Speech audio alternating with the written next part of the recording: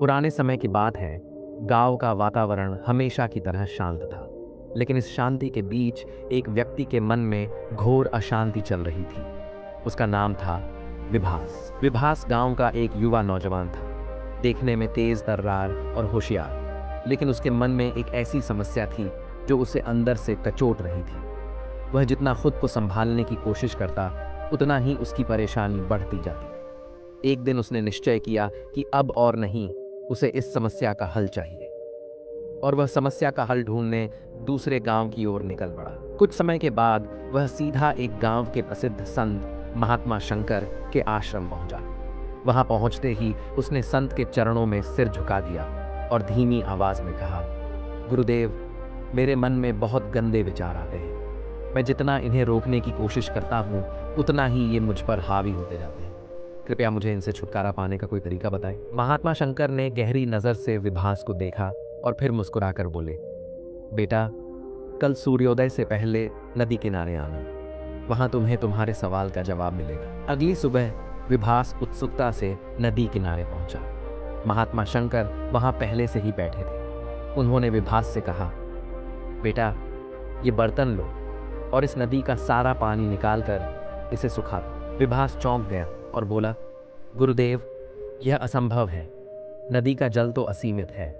मैं चाहे जितना पानी निकालूं, ये खाली नहीं होगी। महात्मा शंकर मुस्कुराए और बोले, ठीक वैसे ही जैसे तुम अपने मन से गंदे विचार निकालना चाहते हो। जब तक तुम केवल इन्हें निकालने पर ध्यान दोगे, ये आते ही रहेंगे। लेकिन अगर इस बर्तन को तुम शुद्ध जल से भर दो, तो इसमें गंदगी के लिए जगह ही नहीं बचेगी। विभास ने समझने की कोशिश की और बोला, इसका क्या अर्थ हुआ गुरुदेव? महात्मा शंकर बोले, बेटा, मन में गंदे विचार तभी आते हैं जब मन खाली होता है या व्यर्थ चीजों में लगा रहता है। अगर तुम अपने मन को अच्छे कार्यों, सत्संग, सेवा, ध्यान और सकारात्मक विचारों से भर दो, तो वहां गंदे विचारों के लिए कोई स्थान ही नहीं बचेगा। इसके बाद महात्मा शंकर ने विभास से कहा, आज से 1 सप्ताह तक केवल सात्विक भोजन ग्रहण करो। मांसाहार, तामसिक भोजन और नशे से दूर रहो। फिर 1 सप्ताह बाद मुझसे मिलो। विभास ने गुरुदेव की बात मानी और सात्विक भोजन करना शुरू कर दिया।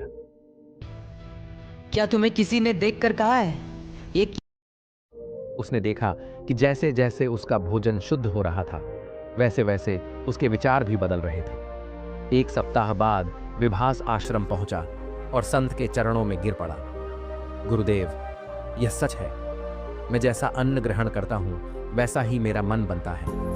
मेरा मन अब पहले से बहुत शांत है। महात्मा शंकर मुस्कुराए और बोले, याद रखना, यदि तुम्हारा भोजन शुद्ध होगा तो तुम्हारे विचार भी शुद्ध होंगे। इसके बाद संत विभास को गांव के बाहर स्थित एक बगीचे में ले गए। वहां उन्होंने उसे 2 प्रकार के पौधे दिखाए। एक पौधा बहुत हरा भरा था और उसमें सुंदर फूल खिले थे, जबकि दूसरा पौधा सूखा हुआ और कांटों से भरा था। संत ने पूछा, विभास, ये दोनों पौधे एक ही मिट्टी में हैं, फिर भी एक हरा भरा है और दूसरा सूखा हुआ क्यों?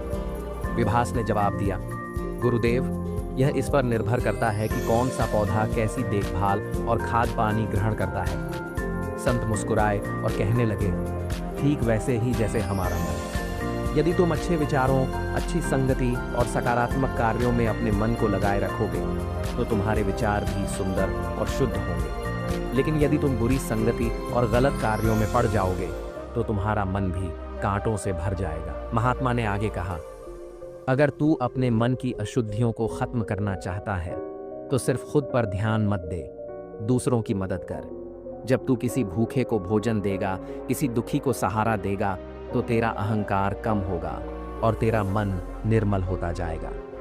इसके बाद महात्मा शंकर ने विभास को ध्यान करने की सलाह दी। उन्होंने कहा, रोज सुबह उठकर ध्यान करो और अपने विचारों को देखो। गंदे विचारों को जबरदस्ती रोकने की बजाय उन्हें पहचानो और फिर उन्हें धीरे धीरे सकारात्मक विचारों से बदलो। जैसे अंधेरे को भगाने के लिए उजाले की जरूरत होती है, वैसे ही मन के अंधकार को मिटाने के लिए ज्ञान, ध्यान और विनम्रता का उजाला चाहिए।